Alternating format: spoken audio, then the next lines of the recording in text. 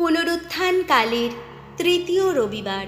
প্রথম পাঠ শিষ্যচরিত 5 অধ্যায়, পদ সংখ্যা 27 থেকে 33 এবং 40 থেকে 41। যিশুর নামের জন্যে লাঞ্ছনা ভোগের যোগ্য বিবেচিত হয়েছেন বলে প্রেরিত দূতেরা আনন্দ করেন। প্রেরিত দূতদের নিয়ে এসে মহাসভার সামনে দাঁড় করানো হলো। তখন মহাযাজক তাদের জেরা করতে শুরু করলেন। তিনি বললেন, আমরা তো ওই লোকটার নামে কোনো উপদেশ দিতে স্পষ্টই তোমাকে বারণ করেছিলাম, আর দেখো তোমরা কিনা সারা জেরুসালেমে তোমাদের উপদেশ তবুও ছড়িয়ে দিয়েছ। এমনকি ওই লোকটার মৃত্যুর দায়িত্ব তোমরা এখন আমাদেরই ওপর চাপাতে চাইছ। উত্তরে পিতর ও প্রেরিত দূতেরা বললেন, মানুষের চেয়ে ঈশ্বরকেই তো মানা উচিত। ক্রুশে ঝুলিয়ে আপনারা যাকে হত্যা করেছিলেন, সেই যিশুকে তো আমাদের পিতৃপুরুষদের ঈশ্বর পুনরুত্থিতই করেছেন। ইসরায়েল জাতির মানুষকে মন পরিবর্তন ও পাপ মুক্তির সুযোগ দেবার জন্যে ঈশ্বর আপন শক্তিতে তাঁকে এই মহানায়ক ও পরিত্রাতা রূপে মহিমান্বিত করেছেন। আমরা নিজেরাই এই সব কিছুর সাক্ষী, আর সাক্ষী আছেন সেই পবিত্র আত্মা, যিনি তার অনুগত সকলের কাছে ঈশ্বরের মহাদান। এই কথা শুনে মহাসভার সদস্যরা তো রেগেই আগুন। প্রেরিত দূতদের বেত মারিয়ে তারা যিশুর নামে কোনো কিছু বলতে তাদের বারণ করে দিলেন, আর তারপরে তারা তাদের ছেড়ে দিলেন। তখন যিশুর নামের জন্যে লাঞ্ছনা ভোগের যোগ্য বিবেচিত হয়েছেন বলে প্রেরিত দূতেরা আনন্দ করতে করতে মহাসভা ছেড়ে বেরিয়ে এলেন। প্রভুর বাণী। শাম সঙ্গীত ধুয়ো। ওগো প্রভু, মুক্তিদাতা আমার, ধন্য তুমি, ধন্য। তোমার গৌরব গান গাই আমি, ওগো ভগবান।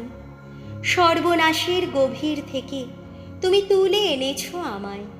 আমার দুঃখ নিয়ে আমার শত্রুদের উল্লসিত হতে দাওনি তুমি। সেদিন উদ্ধার করে আনলে আমায় অধোলোক থেকে, ওগো ভগবান। রসাতল যাত্রীদের মধ্য থেকে বাঁচালে তখন, ধুয়ো। ওগো প্রভু, মুক্তিদাতা আমার, ধন্য তুমি, ধন্য। ভগবানের ভক্তজন যারা, ভগবানকে শোনাও সামগান।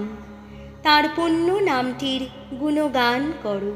তাঁর ক্রোধ সে তো ক্ষণস্থায়ী, কিন্তু তাঁর কৃপা স্থায়ী থাকে সারাটা জীবন।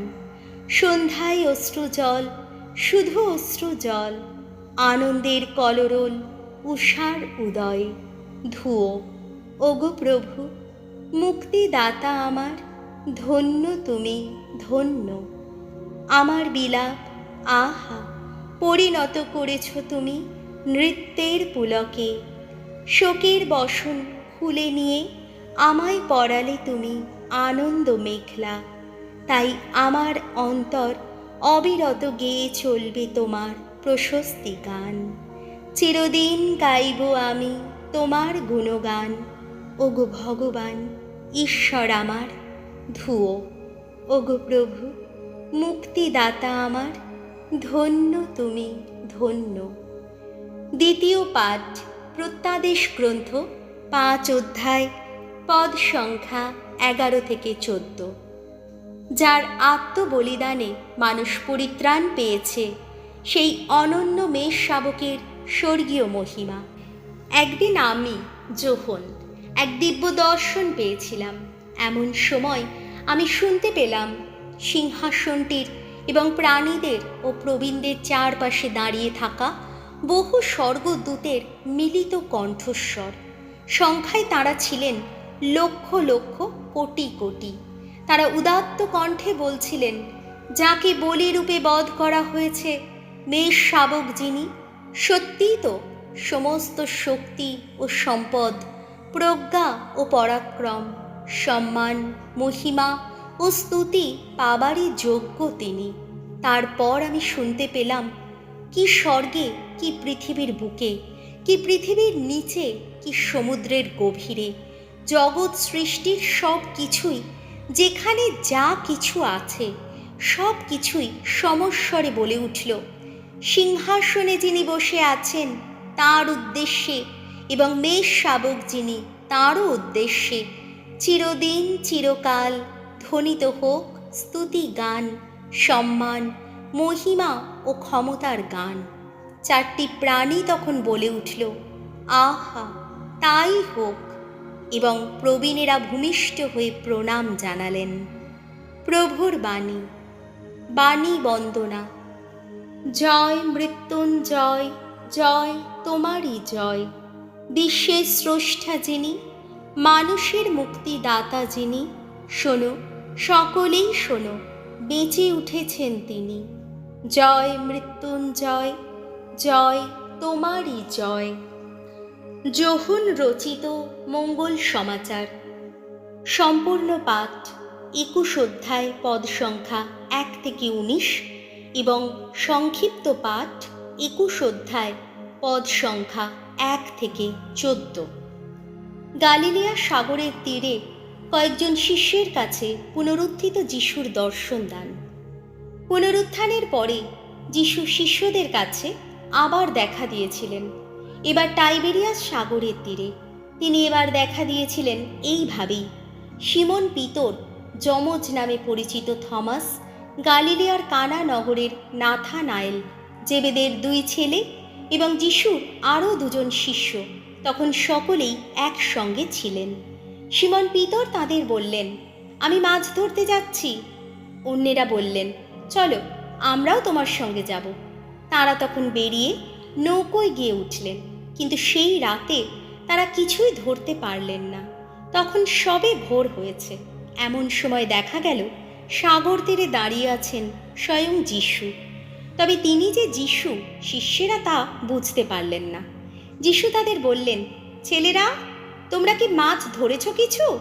তারা উত্তর দিলেন, না। তিনি বললেন, নৌকোর ডান দিকে একবার জালটা ফেলো তো, তাহলে তোমরা কিছু পাবেই। তাই তাঁরা জাল ফেললেন। এত মাছ উঠল যে জালটা আর তোলাই গেল না। তখন যিশু যে শিষ্যকে বিশেষ স্নেহের চোখে দেখতেন, সেই শিষ্য পিতরকে বলল, উনি প্রভু। সিমন পিতর যখন শুনলেন যে উনি প্রভু, তখনই তিনি তার ওপরের পোশাকটা গায়ে জড়িয়ে নিলেন, কারণ তিনি তখন খালি গায়ে ছিলেন। তারপর তিনি জলে ঝাঁপিয়ে পড়লেন। অন্যান্য শিষ্যেরা মাছ ভর্তি জালটি টানতে টানতে নৌকো করেই ফিরে এলেন। তারা তখন ডাঙা থেকে বেশি দূরে নয়, কম বেশি 200 হাত দূরে ছিলেন। ডাঙায় পা দিয়ে তারা দেখতে পেলেন সেখানে কাঠ কয়লার আঁচ জ্বলছে। তার উপর চাপানো রয়েছে কিছু মাছ, পাশেই রয়েছে কিছু রুটি। যিশু তাদের বললেন, যে মাছ তোমরা এই মাত্র ধরেছ তার কয়েকটা নিয়ে এসো। সিমন পিতর তখন নৌকোয় উঠে জালটি ডাঙায় টেনে তুললেন। বড় বড় মাছে ভর্তি সেই জালটিতে সব শুদ্ধ 153টি মাছ ছিল। অথচ অতগুলো মাছ থাকা সত্ত্বেও জালটি একটুও ছিঁড়ে যায়নি। যিশু তখন তাদের বললেন, এসো, তোমরা এবার সকালের খাওয়াটা সেরে নাও। শিষ্যদের কেউই তাকে জিজ্ঞেস করতে সাহস করল না যে আপনি কে। তাদের আর জানতে বাকি ছিল না যে তিনি প্রভু। যিশু তখন এগিয়ে এলেন এবং নিজেই সেই রুটি নিয়ে সকলের হাতে দিলেন। তারপর সেইভাবে মাছও দিলেন তিনি। মৃতদের মধ্য থেকে পুনরুত্থিত হওয়ার পর যিশু এই তৃতীয়বার শিষ্যদের কাছে দেখা দিয়েছিলেন। এখানে সংক্ষিপ্ত পাঠের শেষ।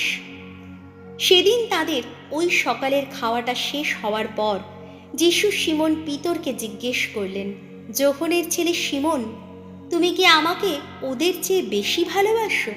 পিতর উত্তর দিলেন, হ্যাঁ প্রভু, আপনি তো জানেন আমি আপনাকে ভালোবাসি। যিশু তাকে বললেন, তাহলে তুমি আমার মেষশাবকদের দেখাশোনা করো।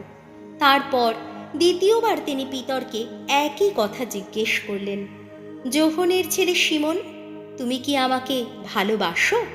পিতরও উত্তর দিলেন, হ্যাঁ প্রভু, আপনি তো জানেন আমি আপনাকে ভালোবাসি। যিশু তাকে বললেন, তাহলে তুমি আমার মেষদের পালন করো। তারপর তৃতীয়বার তিনি তাকে জিজ্ঞেস করলেন, যোহনের ছেলে শিমন, তুমি কি আমাকে ভালোবাসো? যিশু যে তাকে তৃতীয়বার তুমি কি আমাকে ভালোবাসো এমন প্রশ্ন করছেন, তার জন্যে পিতর দুঃখ পেলেন। তিনি এবার বলে উঠলেন, প্রভু, আপনি তো সবই জানেন, আপনি তো জানেন আমি আপনাকে সত্যিই ভালোবাসি। যিশু তাকে বললেন, তাহলে তুমি আমার মেজদের দেখাশোনা করো। আমি তোমাকে সত্যি সত্যিই বলছি, তুমি যখন বয়সে তরুণ ছিলে তখন তুমি নিজেই কোমর বন্ধনী বাঁধতে আর যেখানে ইচ্ছে ঘুরে বেড়াতে, কিন্তু যখন তুমি বয়সে বৃদ্ধ হবে তখন তোমাকে হাত দুটি বাড়িয়ে দিতে হবে। তখন অন্য একজন তোমার কোমরে বন্ধনী বেঁধে দেবে আর তোমাকে নিয়ে যাবে এমনই জায়গায় যেখানে তোমার যাওয়ার ইচ্ছেই নেই। পিতর যে কোন ধরনের মৃত্যুবরণ করে ঈশ্বরের মহিমা প্রকাশ করবেন, যিশু এই কথা বলে তারই ইঙ্গিত দিলেন। তারপর তিনি পিতরকে বললেন, এখন তুমি শুধু আমার অনুসরণ করো।